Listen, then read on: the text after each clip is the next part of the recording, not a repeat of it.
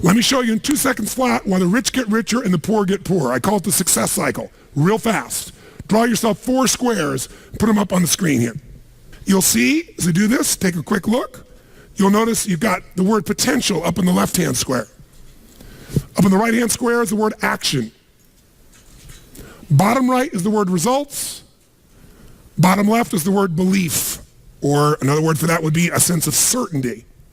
Potential, action, belief, results. And notice there's arrows in a clockwise fashion where they just keep feeding each other over and over and over again. So again, it's potential, action, results, belief, or another word for that would be certainty. Now, did you ever notice how rich people tend to get richer and poor people to get poorer? And I don't just mean rich in financial terms. I mean people that are rich emotionally. Do you ever notice how happy people tend to get happier? And depressed people tend to get more depressed? How many have found this to be true? Say aye. It's because the power of momentum and what I'm about to show you. So let me show you something here. What's the potential of any human being? You tell me, quick. Unlimited. Do most people's results reflect that true potential? Yes or no? No way. Why? Because most people aren't taking enough what? But is it possible to take a lot of action and still get lousy results? What if you got a salesman that works for you and they walk out and they knock on 100 doors and they say, you wouldn't want to buy anything from me, would you? Or they don't say that verbally, but they say it non-verbally. Is that going to affect their results? Yes or no? So it's not enough even to take enough action, because when we believe it's not going to work or we're uncertain, does that affect how much of our potential we tap? Yes or no? See, if you don't think it's going to work, you're not going to put out a bunch of your energy when you think it's going to fail. And by the way, when you're not sure, you tap little potential. Do you take little or a lot of action? When you're not sure, when you think it's not going to work, you take massive action or little action? Now, when you take little potential with little action, what kind of results do you get? Little lousy results. And when you get lousy results, what does that do to your belief? You go, see, I told you it wasn't going to work. Told you it was a waste of time. And then, by the way, when you have less belief, how much more potential do you take? More or less? If it's possible, you tap less potential, more or less action. Less. And what happens to your results? They get even what? And now they got worse results. What does that do to your belief? And by the way, now you see the current economy. Isn't it true? Everybody out there is going, oh my God, the results are so bad, it's going to get worse in the future, so I better pull in my horns, there's less potential, so I'm not going to push as hard. I'm not going to take much action. Oh my God, I'm getting lousy results with little potential of action. Oh my God, it's going to get worse. That's what creates a recession, depression, whatever you want to call it. How do you change that? A lot of people, and even a lot of businesses say, well, gosh, we train our people. Who's ever done this? You train your person, they do well for a while, and then they drop off in their skill set. I don't care if it's sales. I don't care if it's a technical skill, having to do with accounting or something on the computer. Who's experienced this with people you work with? Say aye. Now, you're highly motivated. It's your business, or you're the leader in the business, or you're the manager, or you're the head of department, or whatever. So you got a lot of drive. So you bring emotion to the table, and you do enough repetition that you master it. They don't. If you give up on them, you're losing and missing out on what it takes to train someone. So here's how training looks. In the beginning of training, when you first start doing something, how fast do people learn and make shifts? Slow or rapid? Huge rapid change happens, right? There's this giant growth that occurs. Now, what eventually happens to anybody when they start to learn something? A new sport, a new business, a new relationship. What do they get to? What do you call it? Plateau. So think of it this way. Some people, their philosophy of life is dabbling. Here's what a dabbler does. They take on a sport like, let's say, tennis. And when they're brand new, they know nothing about tennis. They don't know how to hold the racket. They don't know how to swing. They don't know how to keep score. They think love is an emotion when it's a zero, right? There's nothing, right? But from not knowing anything, in a short time with a little bit of training, do they get pretty damn good? Yes or no? If this is 100% mastery and this is zero, they might go to 20 or 30% growth like that within a few days, a few weeks. How many follow what I'm saying here? Say aye. Now what's interesting is, will they top out? Yes or no? There'll be a point in which they plateau. What's a plateau? It's when you're doing the same amount of effort, but you're not getting the same level of reward. You're not making the same progress. So in the beginning, how hard is it to make progress when you're a brand new company? I mean, Creating a product is progress. Selling your first customers is progress. Getting your first account is progress. Pretty easy, right? When you're in a new relationship, just learning about each other and connecting and being intimate, there's progress, right? In playing tennis, taking up a sport, there's so much progress. But in every human being's experience, there's a point where you're working just as hard, but not making so much progress, and people don't like that. That's why I told you this. And what some people do at that point, if they're a dabbler, they decide to quit. This is obviously the wrong job for me. This is obviously the wrong sport.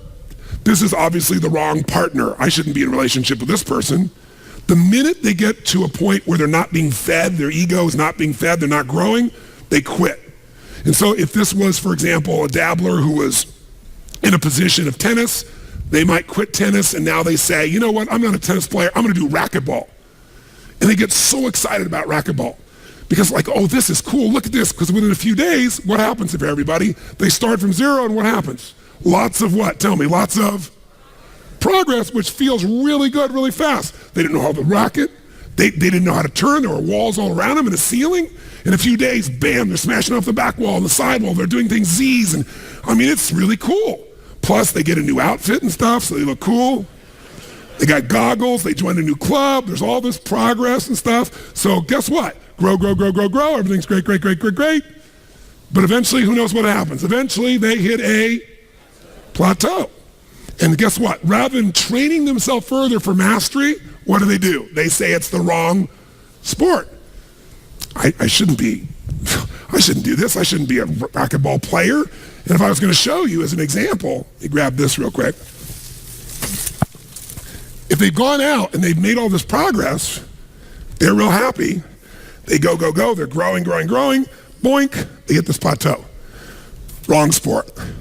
Not a tennis player. Go up like this, boink, racquetball, all of a sudden, working hard, not getting the result, wrong thing, wrong relationship, wrong job, wrong mission. So then they go out and play golf and they go, boom.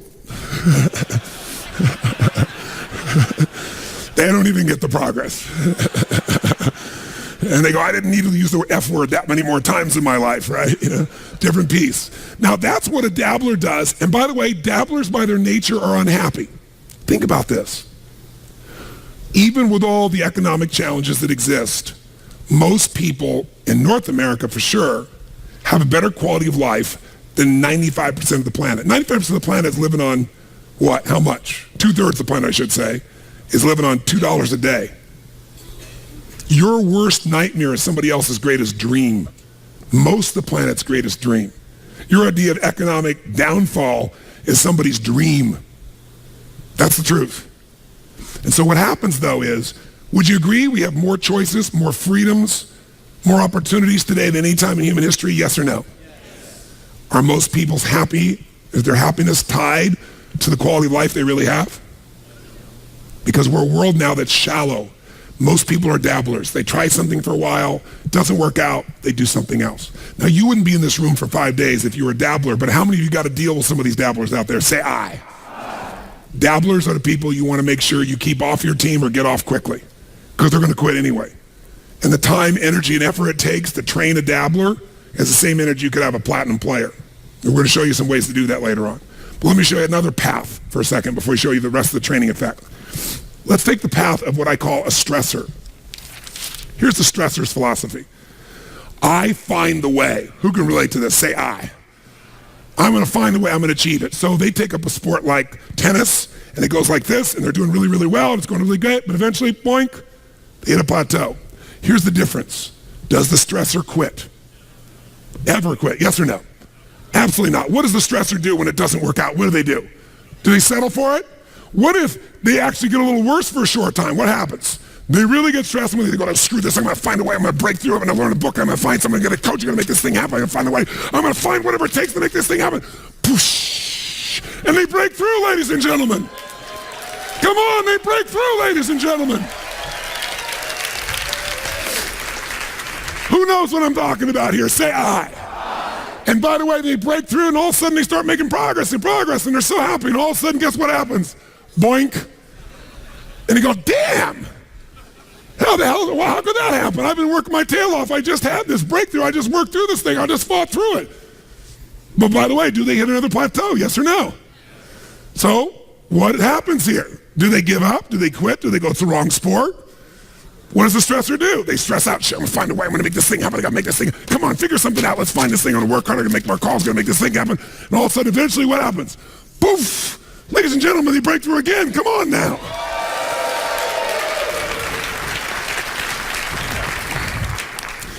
And by the way, they eventually get where they want to be. The problem is they're so stressed out by the time they get there, they're so exhausted, they can't enjoy it. Every person in this room who described failure described it for the following reasons. And I gave all the reasons. Time, money, network we don't have, people we don't have, not the right management, not the right people, right? We don't have the resource. And they went through this whole thing. I said, what all these things, not of Supreme Court justices, what they all have in common is you're all saying we didn't have the resources to succeed. Money is a resource. Time is a resource. Technology is a resource. People is a resource. Experience is a resource. Supreme Court justices are so many resources, right? And they all agreed. I said, here's the only problem. I said, in my experience, and you correct me if you're wrong, and I want an honest answer. When we get out of ourselves and we look at human beings and their ability to succeed or fail, how many people you've ever met who did not have the resources and they beat somebody who had all the resources? I said, resources, when you look at the most powerful and effective people in history, were never the problem. They didn't have the resources, but they got them. How do people get resources when they don't have them? And the answer is they're resourceful. The ultimate resource is resourcefulness. That's what makes someone successful. And here's what's great about resourcefulness. Who has it within them? Who? Who? Every human being, but the question is whether you access it or not. Now, strategic innovation is different than just constant, never-ending improvement. Constant, never-ending improvement is a very, very important principle. If you're not constantly improving, you're definitely going to be passed up by your competition. But if you're thinking about strategic innovation, what it really means to me is rewriting the rules for competition within an industry, within an area. When you change how people compete, when you change the rules, you take over that industry. You shift completely the game. So in my industry, the vast majority of people spoke and still do for 1 to 3 hours, which many of you yesterday wish I was one of those people. But that's usually it, because what it was is about inspiration, right? It's inspire people. And what happened for me is 90% of them are an hour or 90 minutes. And I was like, it's wonderful. That's a useful tool. But, inspiration is like motivation. Motivation's nice, and it's like a bath. It doesn't last, but you still take a bath every day. But my view was, how do I get people into immersion? How do I put people in an experience where their life really changes? And so I changed the game, and people never even considered saying, we're going to do 3 or 4 days and nights where you're going to go 50 hours. No one will sit there. They won't sit for a 3-hour movie that someone spent $200 million on. But I changed the game. I changed the rules, because once people got the result, even if in the beginning it was tough on them, by the end, the level of transformation was so huge, it changed the rules, it changed the game, it changed the size, it gave me a brand, it let me dominate an industry. Because when people walk up to me throughout my life, the number one phrase, you can see me anywhere in the world a dozen times a day, not in a seminar, just walking around, is, oh my God, Tony Robbins, you changed my life. It's like, I always say, you changed, but thanks for the credit, I'm glad I helped. But they'll say that like clockwork, every single time. That's different than I like your product. That's different than I enjoyed your seminar. You changed my life. That changes the rules for competition. That created a different way of competing. Now, I didn't do it to compete. I did it because my passion was I love people, and I don't want them just to be inspired for the moment. I want to make sure they really have the tools, the skills, the ability, the shift that creates a lasting change in their life. And I wouldn't settle for anything less. So you don't have to do it to compete. You strategically innovate because you're obsessed with meeting the needs of your clients. Is it the single most important skill in life? We hate the word selling, so I'll give you a word that it really is that doesn't have the negative connotation. It's the word that all leaders have. What would that word be? Influence. What changes companies is leaders. The only way to change a company is leadership. If I want to change a company that I own and I want to make a shift in that company, the number one thing I'm going to do is shifting leadership. That might be taking leaders to a different level. That might bring new leaders in. That might be new leaders of new voices with new perspectives, with new skill sets, new directions. But we need to take things to another level. Leaders solve problems and leaders maximize resources. If you're going to solve problems, you can't do it yourself or it would already been solved. You have to get others to help you to do it. That requires influence. True? If you're going to get people to maximize resources, that requires influence. If you're going to get people to partner with you, provide you resources, capital, suppliers, anything, that requires influence. If you're going to have an impact on your kids or your community or the world, that requires influence. There is no more important skill of leadership than influence. And yet most of us think of it like selling, and as a result, we don't master influence. So I'm not here today to try and get you to become a master of influence in 45 minutes or so am I chatting with you here because we have so many of the speakers. This is the area of life I am most focused on. Because I know that if you can't influence, you can't lead. But if you can influence powerfully, intelligently, with integrity, there's no limit to whatever you can envision and what you can make real. And if your influence becomes not just you as the influence, but you're able to influence systems, people, company, culture. If you can turn other people into influencers, now whatever you vision about can be made into a reality. And so as a skill of influence, we got to ask ourselves, how many agree leaders are what change companies? Raise your hand if you agree with that. Say aye. Aye. And leaders' number one skill is influence. If you agree, say aye. Aye. And then the question becomes, how do you influence? If I can be part of what helps you, but you do the major work or you make the final thing, you're going to own it more. So what I would do with people is I'd say, simple, here's your problem. I want you to write down what the problem is and describe it in 2 sentences max. This is your memo. 2 sentences, crystal clear that anybody will understand it. If you have to write more than 2 sentences, you have to tell them a paragraph, the question doesn't work. It has to be maximum of 2 sentences, ideally 1, so crystal clear anybody can understand it. That's number 1. So you write that down. You write down, define the problem with precision. Describe the problem or the request. And sometimes it's not a problem, sometimes it's a request. Can we turn the air conditioning up? Can we turn it down? Can we have lunch at whatever time? Can we do this? Can we do that? Whatever the request may be. So you write it down. Then the second thing I have them do is describe 3 solutions to their request or problems. 3, and I use keywords, 3 cost-effective, intelligent, viable solutions. Might be viable, time viable, resource viable, whatever the case may be, viability. So what are 3 intelligent, practical, viable solutions that you believe we can implement, to solve this or to meet this need? By the way, why do I have them come up with 3? Someone tell me why. 1 choice is no choice. 2 choices is a dilemma. Until you have 3 choices, you're not at choice. That's my rule in life. You may not like all the choices. Whenever you think you have 1 choice is no choice. If you got 2, you're in a dilemma. There's always at least 3 choices. Plus, I'm making that person become a problem solver. If I solve the problem, they'll just have a new problem for me to solve. But if I can teach them to be a problem solver, the game changes. How many follow? Now, sometimes this is less efficient, but with a mass audience, it was very efficient. And then they turn that in, and then I then have a choice. I can now respond back by saying, circle, I accept your request, or I think solve the problem, we'll do it with your number 1. Or I could modify it, I'm willing to do that, but I think we need to do this and this is the way to do it. Or I could reject it and tell them why. And then we'd have this communication. It was very efficient. This is very different than, tell me what you think we should do in a suggestion box. So now, tell us your question and then tell us at least 3 answers.